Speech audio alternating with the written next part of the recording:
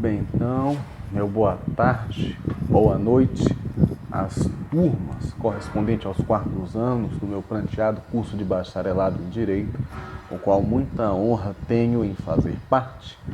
Vamos aqui fazer então a gravação, das aulas que assim são exigidas consequentemente, Essa vai ser a primeira das aulas a serem gravadas. Fora essa aula, haveremos de ter uma outra gravação que vai ser extremamente essencial, que diz respeito justamente à matéria, certo? Relativa à prática penal e, mais precisamente, dentro desta prática penal, aquilo que diz respeito principalmente às questões relativas ao procedimento dos crimes falimentares, que tem uma natureza empresarial, que tem uma natureza também, ao mesmo tempo, criminal, correto?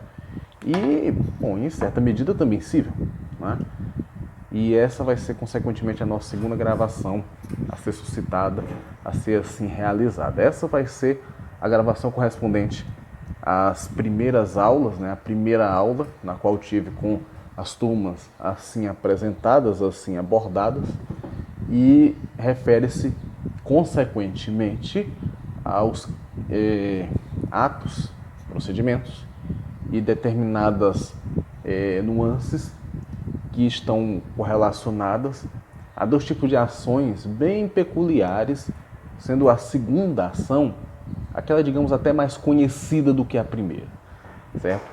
E afinal, que ações são essas?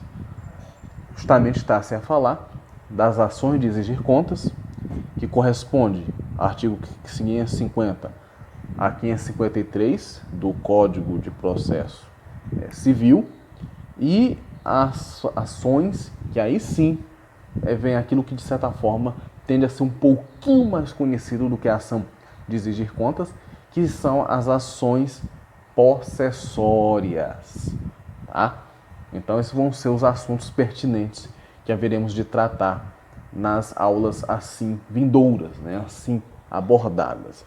E o estudo aqui, durante esse tempo de aula que tivermos, ele vai dizer respeito justamente às ações de exigir contas, certo? Começamos, frise-se, lá pelo dia 10 de agosto, com as ações de fato de exigir contas, e depois, ante aquela dinâmica que foi concordada, que foi acertada com a turma, levando-se em consideração, claro, o que está previsto no nosso plano de ensino, nós então começamos com o processo civil, com o direito civil, e vamos mais adiante estudar o processo penal, consequentemente o direito penal, certo? Sempre fazendo essa dualidade que é muito importante, que é muito interessante para assim nos situarmos, E ao mesmo tempo trabalharmos uma disciplina e outra disciplina na sua respectiva proporção, na sua respectiva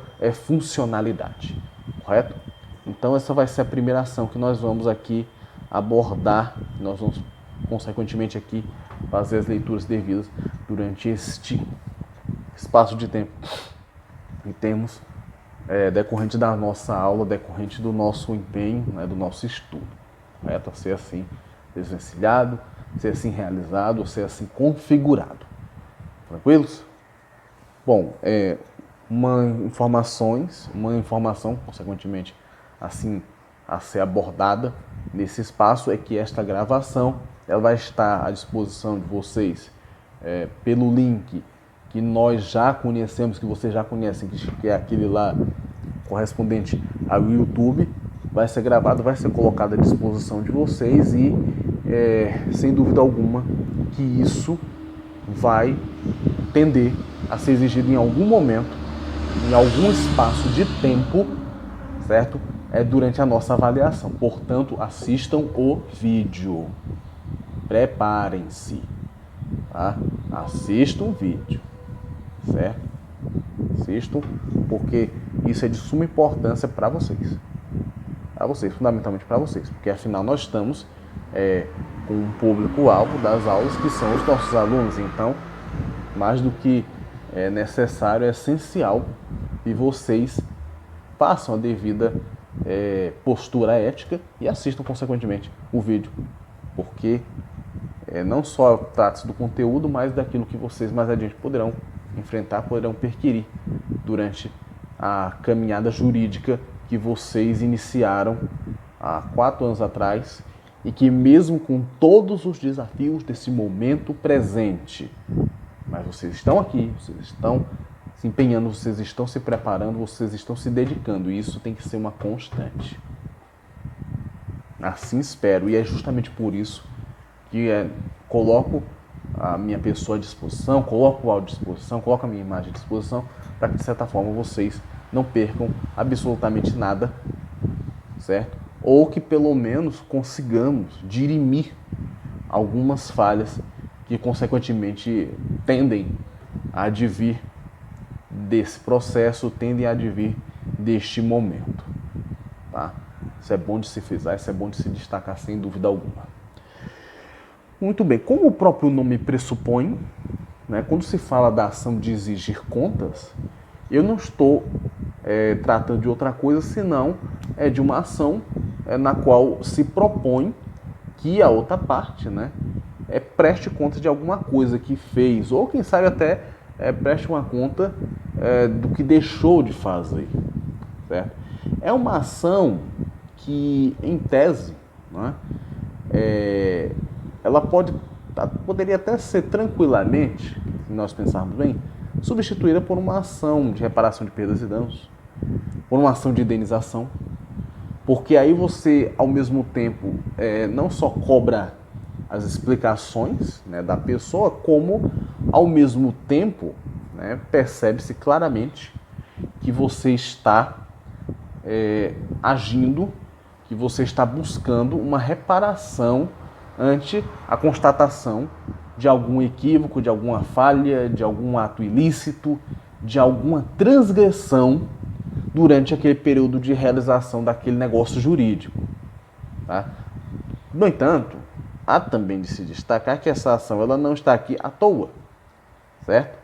Não é algo inusual, como se quer dar a entender, certo? Pela doutrina, pelos artigos, até mesmo pela praxis forense. Não é dessa forma. Aliás, através da ação de exigir contas, você pode até ter arcabouço jurídico consistente para assim fazer o quê? Ingressar com a ação de indenização por danos morais ou de perdas e danos. Porque uma vez transitada em julgado, por exemplo, esta ação, você já ganha condições, consequentemente, né, para ingressar com a ação de indenização por danos morais. Você já ganha essa condição. Com tudo aquilo que, consequentemente, tiver dentro desta configuração, né, de ação. Se a pessoa já admite que falhou, ou explica o porquê falhou, certo? Ele automaticamente está assumindo uma culpa. E com esse mérito julgado na ação de exigir contas, você já anexa isso à indenização, dizendo, olha, ele próprio em juízo atestou a culpa dele. Ele próprio em juízo assumiu essa culpa, assumiu esta responsabilidade. Como a ação em si de exigir contas, ela não obriga, ela não exige que a parte em si ofereça uma indenização, com base no que está assim arguído nessa ação de exigir contas, abre outra conta. E dessa forma, uma vez abrindo outra conta, abro outro processo. E a partir daí sim, eu vou atrás da indenização com base naquilo que foi anteriormente abordado, anteriormente firmado, né, em juízo. Então, questão de estratégia, questão, consequentemente, de análise, de apuração dos fatos, sem maiores problemas. Bom, o que mais que nós vamos, consequentemente, ter aqui, né? E assim sendo, você vai ter, consequentemente, essa condição, como eu disse para vocês, e dentro da própria lei, do arcabouço em si da própria lei, nós vamos ter essa conjuntura também assim verificável. Tanto que, como vocês poderão ler no artigo 550 do Código de Processo Civil, vou ter o seguinte: aquele que afirmar ser titular do direito de exigir contas requererá a citação do réu para que preste ou ofereça contestação no prazo de 15 dias. Em resumo, ingressa-se com a ação, certo? Com a petição naquele molde que vocês fizeram o trabalho lá da NPC 1 e 2, tá? Procedimento habitual. Ingressa com a petição inicial, correto? O objeto, o mérito desta petição, que poderá se tornar um processo, não é outro senão exigir as contas. Exigir que se preste as contas. Tá? E como eu disse a vocês, questão de estratégia. Pede-se que exija contas. Uma vez atestado que de fato a pessoa deve resposta sobre determinada coisa que fez ou que deixou de fazer, agora então vamos usar desses objetos aqui para uma ação de indenização por danos morais ou de reparação, né, em perdas e danos. Tá? Ou pode ser as duas conjunturas ao mesmo tempo, indenização por danos morais e reparação por perdas e danos. Tá? E aí o que acontece? Ingressa-se com a petição, né? Ingressa com a petição. Vamos ter aí, consequentemente, uma fase que vai se perquirir por uma conciliação.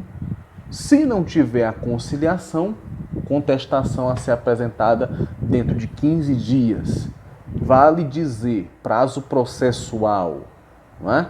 E sendo um prazo de ordem processual, logo, nós categoricamente podemos dizer, não é, que esse prazo ele vai ser contado a partir do dia seguinte à citação, e não obstante a isso, não se leva em conta feriados nem fim de semana, como é da natureza de todo o direito processual como um todo.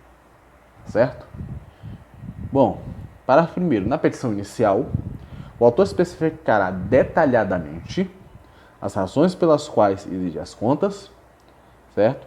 Instruindo-a com documentos comprobatórios dessa necessidade se existirem. Fundamentação jurídica. Detalhar os fatos. Detalhar as circunstâncias. Detalhar quais foram as normas infringidas. Afirmar da tempestividade, consequentemente, de se exigir essa petição, tá? Então tudo isso está em volta. Tudo isso é fundamentação jurídica. Esse explicar detalhado é justamente esse aspecto. É o fundamentar juridicamente, certo? Com base ainda, né, leis, códigos, princípios, tá? É isso. Fundamentar não é só citar a lei, certo? É citar e explicar, inclusive a correlação da lei com o caso que você está analisando, que você está verificando, seja enquanto advogado, seja enquanto promotor, seja enquanto juiz, seja enquanto assessor jurídico de alguma dessas figuras, tá? Então, isso é fundamentar. E o que o parágrafo 1º do artigo 550 está dizendo não é outra coisa, senão esse fato de que a situação, as circunstâncias têm que ser bem detalhadas. Esse detalhamento é a fundamentação jurídica. Correto? Bom, inciso 2. Prestadas as contas, né, o autor terá 15 dias para se manifestar, prosseguindo-se o processo em forma do capítulo 10 do título 1 deste livro. Tá? Bom, capítulo 10, no caso, capítulo 10, título 1, né, ele diz respeito ao andamento regular do processo, certo? Ao andamento regular do processo.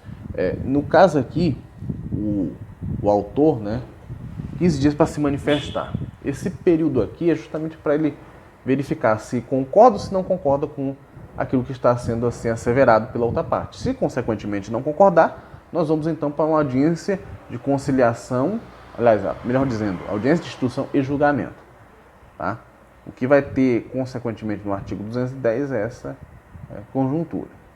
Tá?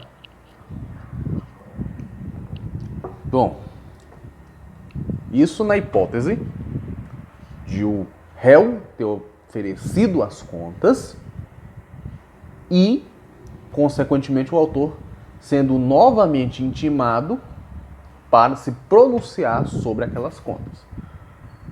E aí é o critério. Se concorda, tranquilo, né?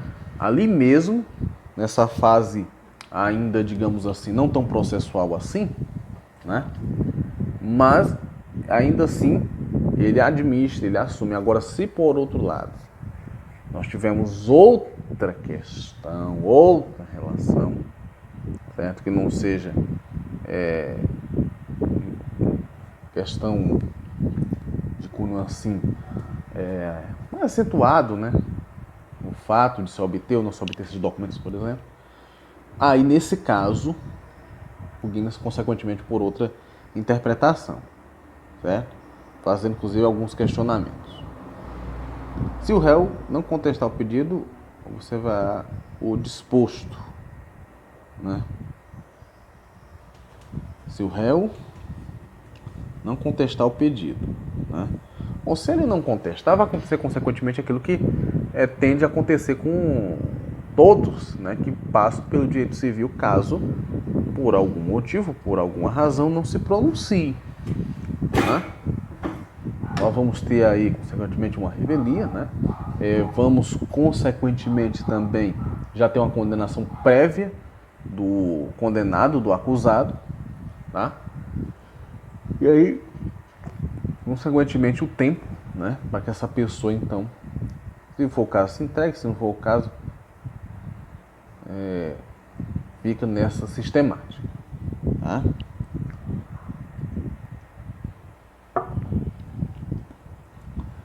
Artigo 550, parágrafo 5º.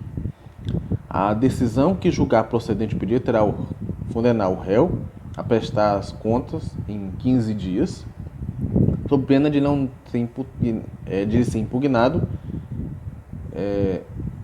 aborrecer rotina. Só um instantinho, pessoal.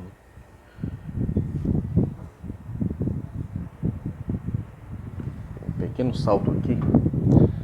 Mas, como eu estava, consequentemente, comentando, né, com os colegas, você vai ter todas as questões, digamos assim, atinentes ao processo civil, né, ao direito civil, elas vão estar aqui, como já vimos aí, princípio do contraditório, né, ampla defesa.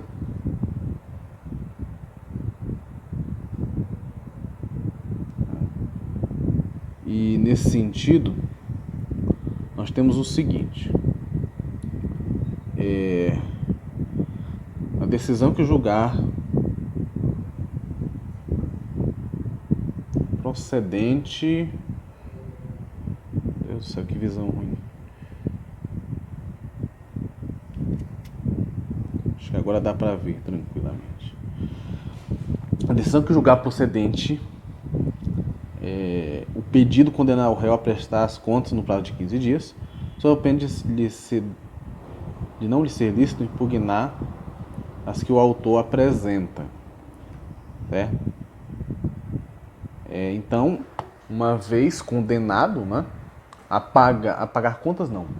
E aí frisou um detalhe interessante. Uma vez condenado a prestar essas contas, né, ele tem que prestar dentro de 15 dias. Tá? E assim, como se vê da própria lei, como se depende da própria lei, ela abre um espaço para que ele, neste momento da condenação, né, ele conteste o réu.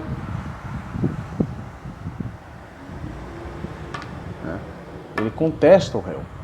Aliás, perdão, o réu contesta o autor. Tá? Então, por isso que é importante, certo? Apresentar, consequentemente, essa questão, né, relativa às contas, porque a partir daí, ele então vai ter, consequentemente, condições de contestar o réu. Meu Deus do céu, que coisa chata. De contestar o autor da ação, quando assim achar que de fato tem essa necessidade, tá?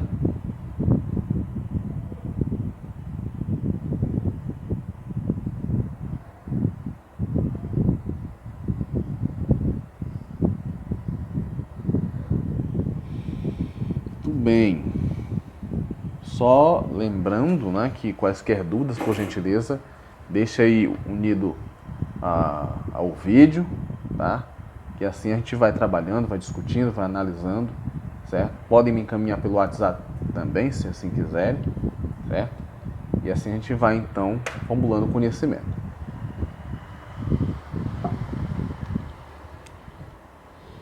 Parágrafo 6º do artigo 550.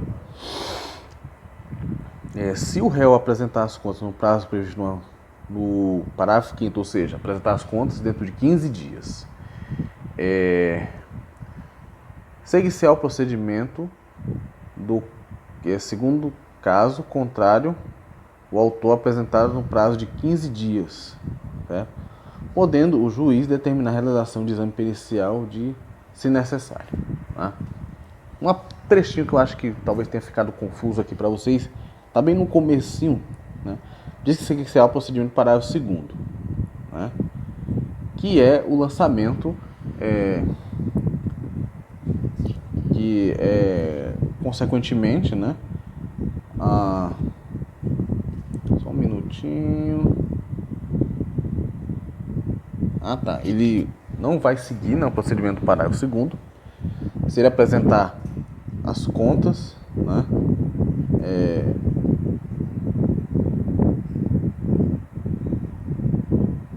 Parece. Meu Deus do céu. Se ele apresentar as contas para o parágrafo 5º, 15 dias, segue-se ao procedimento do parágrafo 2º, certo?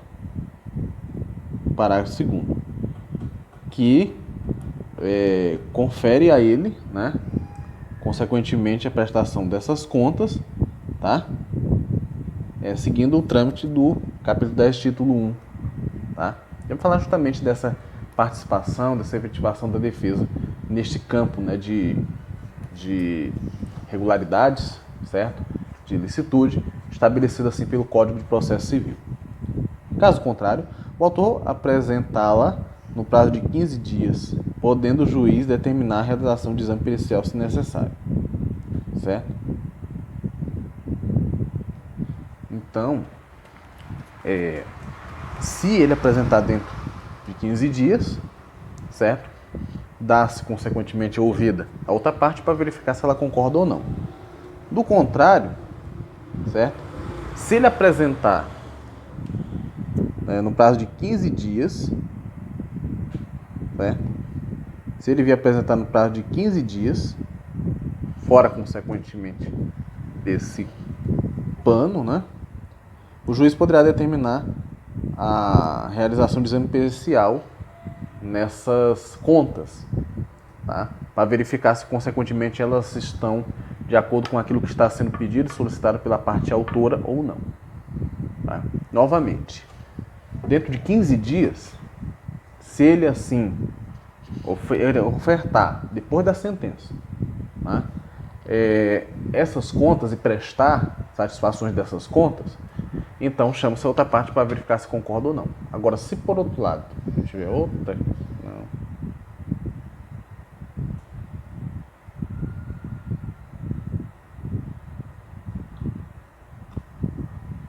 Calma aí, pessoal, estava só pensando um pouquinho alto aqui numa coisa. Bom, espero que tenham entendido isso, né? Espero que tenham entendido. Qualquer coisa, por gentileza, informe, tá bom? 15 dias pós-sentença, certo? Uma vez notificado, apresentando. Se porventura ele não entregar, ele não apresentar, né? E aí ele ou entregar fora do prazo, ainda tem esse pequeno detalhe, o juiz pode determinar a realização de exame. Geralmente vai verificar a veracidade do documento, tá? Bom, artigo 551 do Código de Processo Civil diz o quê? As contas do réu serão apresentadas na forma adequada, especificando as receitas, a aplicação das despesas e investimentos, se houver. Tá? É este também o detalhamento: receitas, proventos, investimentos, correto? O que de fato estava naquele lugar, certo? Que foi alugado para um restaurante, uma boate, alguma coisa que seja, né? Onde ficaria, consequentemente, o extintor? Dizem.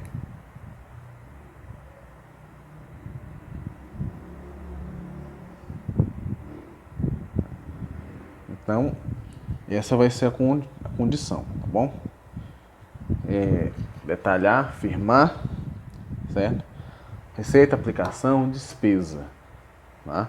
Para que, de certa forma, você tenha ciência do que foi assim arguído, do que foi assim utilizado durante o tempo em que foi concedida, foi dado em aluguel a outra pessoa a existência daquela casa, né? Por exemplo, tá? A pessoa não presta contas, você exige que ela preste, de fato, contas, tá? Então, é essa a configuração que nós temos, tá? Muito bem. 551. Parágrafo 1º. Havendo impugnação específica fundamentada pelo juiz, o juiz estabelecerá razoável para que o réu apresente os documentos justificados dos lançamentos individuais impugnados. Tá? Então, impugnação específica e fundamentada, né? Pelo autor. O juiz vai estabelecer um prazo razoável para que o réu apresente os documentos justificados ou balanceamento natural individualmente, tá? Especificados ou individualmente, certo? Isso quando nós tivermos uma impugnação específica para um determinado setor, certo? Nesse caso, vai valer aquela questão, né, de consequentemente firmar acordo, né, com outro local que consequentemente faça essa perícia e nesse caso específico faça essa nova avaliação e dessa forma então você pode receber essa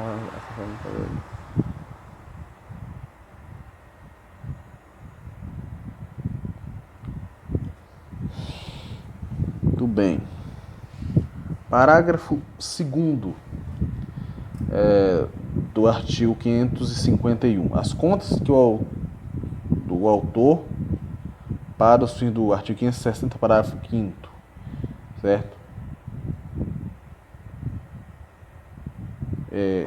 Essas contas, né, que forem assim jungidas no artigo 550, parágrafo 5º, respeita justamente a resposta que o contestado tem que oferecer ao contestador, certo? Então logo ofereça as justificativas, ele ganha essa prerrogativa, tá?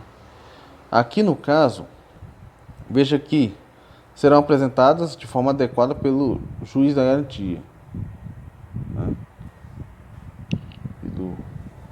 Serão assim firmadas pelo juiz, né, de forma adequada, instruídas com documentos justificativos, especificando-se as receitas, aplicação, despesa, investimento, se houver, bem como em respectivo saldo. Isso é digamos assim, um pequeno estratagema, né? Se a gente pensar bem para quem está consequentemente defendendo o contestado, certo? Porque nesse caso, né, você vai ter alguém que não ofereceu aquilo que foi pedido em juízo, que não prestou as devidas contas, né? E aí nesse caso, né, o que nós vamos ter então? Tem de se apresentar, certo, essa contestação, né, ocupar esse espaço, consequentemente aqui no campo assim negocial, assim estabelecido, né, tem que se firmar aí um tempo, né, razoável, e a emissão já fez isso, colocou aí 6 meses, para que de certa forma tudo caminhe tranquilamente bem.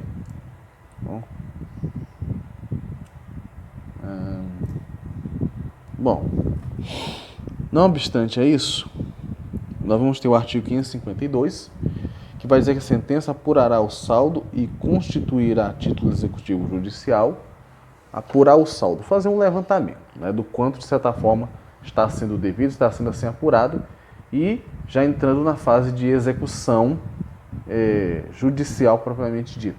Tá? Por que se faz consequentemente isso? Questão de não se perder muito tempo. Já se tem uma sentença condenatória, se exigiu a conta, entregou ou não entregou? Se entregou, maravilha, tudo certo. Se não entregou, Jorge Alves. Né?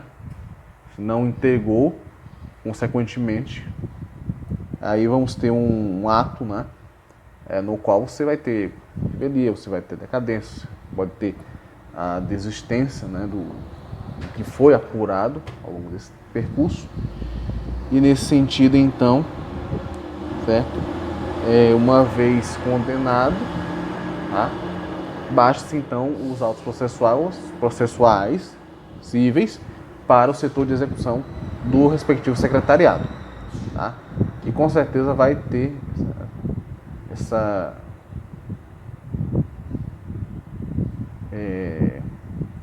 configuração, né? Essa constituição de elementos que agora vão ser assim trazidas para a execução, certo? Levantar seu patrimônio, verificar o que pode consequentemente ser executado judicialmente ou não, o que pode ser objeto de penhora e consequentemente o que não pode ser objeto de penhora, tá? Então, tudo isso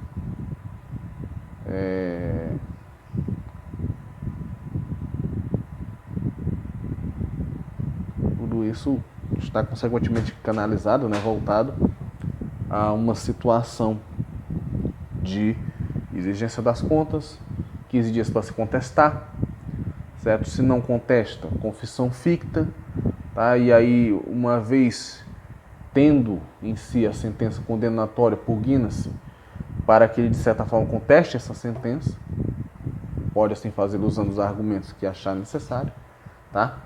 Se, consequentemente, não fizer dentro do prazo de 15 dias de prestar contas, poderá ser enterrado, né, um ao lado do outro, né, para fins de saneamento, consequentemente válido dessa dinâmica. Tá?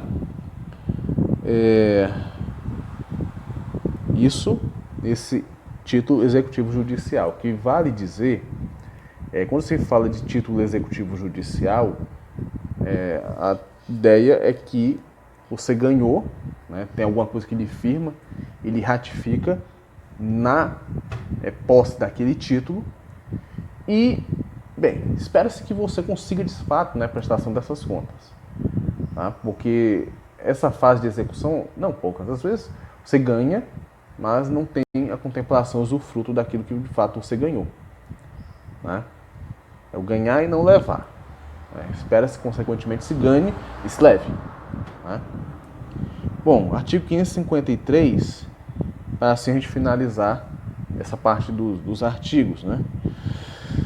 As contas do inventariante, do autor, do curador, depositário, de qualquer outro administrador, serão prestadas em apenso aos autos do processo em que tiver sido nomeado. Curador, administrador, tutor, pessoas que cuidam, consequentemente, dos bens de outras pessoas, consequentemente, certo? Abre-se um processo para se firmar a tutela dessas pessoas, correto? Abre-se um processo. Lá escolhe-se o tutor, escolhe-se o administrador. E nesse caso, como eles têm questões a prestar, contas a prestar ao magistrado e a quem eles estão tutelando ou cuidando, nada mais consistente, né, e firme do que agregar no processo em apenso a prestação de contas. O que foi levantado, o que foi mantido, o que foi gasto para manutenção de determinada coisa, se houve investimento, se não houve investimento, tudo isso é plenamente viável. Parágrafo único do artigo 553. Se qualquer dos referidos no caput for condenado a pagar o saldo e não fizer no prazo legal firme-se. Aqui vamos ter um prazo genérico que é de 15 dias. Tá? Se não pagou contas, nem firmou, consequentemente, né, um afogamento, certo? Não se firmou, consequentemente, nenhum tipo de ato, certo? Contra a outra parte, por assim dizer, que fizesse jus, né, a uma condenação mais séria que não fosse a condenação de prestação de contas. Sim, só mesmo para fazer um contexto aqui bem, digamos assim, acentuado desses pontos, certo? E aí, nesse caso, uma vez nomeado, ele tem que prestar contas ao juiz. Se não prestar, o que vai acontecer? Poderá o juiz, né, substituí-lo, sequestrar os bens sob sua guarda, glosar o prêmio ou a gratificação a que teria direito e determinar as medidas executivas necessárias à composição do prejuízo. Essa vai ser a situação específica, tá? Então é isso. Ele, consequentemente, haverá de, se não fazer jus a isso, ter até a possibilidade dos bens sequestrados, né? Para fins de possível, digamos assim, verificações do cumprimento ou não cumprimento daquilo que foi assim determinado, tá? Ou então fazer essa questão do glosar de prêmio ou gratificação que teria direito, né? Por ser administrador, por ser curador. Glosar vai ser, consequentemente, reter, né? Reter esse dinheiro ante o fato de ele não ter cumprido com as suas missões e assim ele deixará de utilizar aquele dinheiro, aquela verba. Né? Bom, pessoal, então,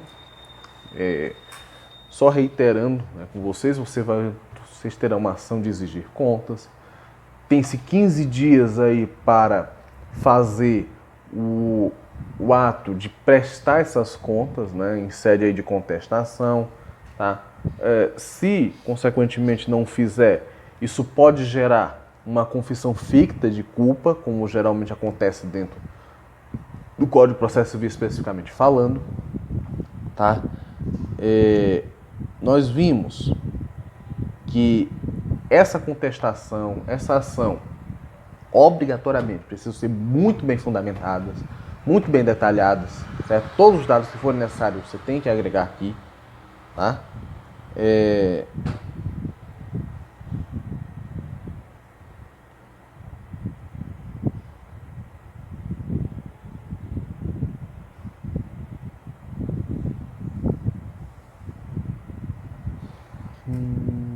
Só um minutinho, pessoal. Essas paradas aqui, firme-se, né? A gente pensa várias coisas e às vezes eu travo um pouquinho aqui para voltar, tá? Nada mais, nada menos do que isso, certo? Sim, exatamente isso que eu estava pensando aqui. Se porventura ele apresentar, e isso está lá de acordo com o parágrafo 6º do artigo 550, se ele apresentar esses atos, essas contas, dentro do prazo devido, abre-se vista ao autor para analisar aquele documento que foi apresentado pelo contestado. Se, por outro lado, ele apresentar fora desse prazo, né, ainda dá-se uma condição de verificação se esses documentos têm validade. E assim o juiz pode determinar e designar a realização de alguma perícia para se atestar algo desta natureza, algo dessa importância. Correto? Parágrafo 6º. 551 fala-se a especificação das receitas, contabilidade, né, aquisição, é o levantamento constante dos dados a serem necessários. Isso vai estar, consequentemente, na contestação que for apresentada, isso vai estar na prestação de contas que for apresentada. Certo? É um rito que tem que ser seguido, tem que ser assim pleno e bem efetivado, né, para tanto. Certo? Que mais que nós vimos aqui?